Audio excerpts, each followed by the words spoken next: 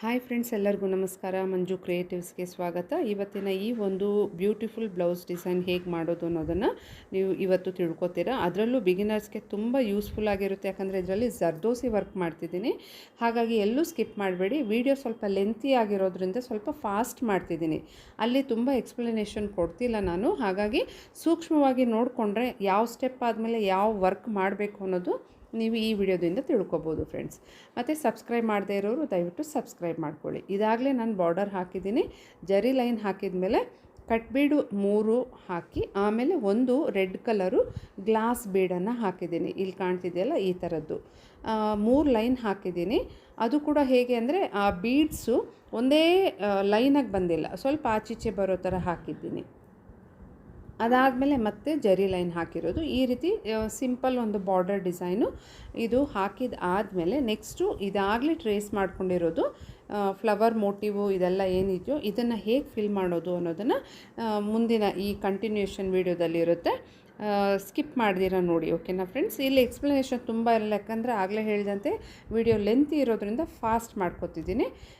ನಿಧಾನಕ್ಕೆ ನೋಡ್ಕೊಳ್ಳಿ. ನಿಮಗೆ ಹೇಗೆ ಅನ್ನಿಸ್ತು ಈ ವಿಡಿಯೋ ಅನ್ನೋದನ್ನು ಕಮೆಂಟಲ್ಲಿ ಖಂಡಿತ ತಿಳಿಸಿ, ಓಕೆನಾ ಫ್ರೆಂಡ್ಸ್.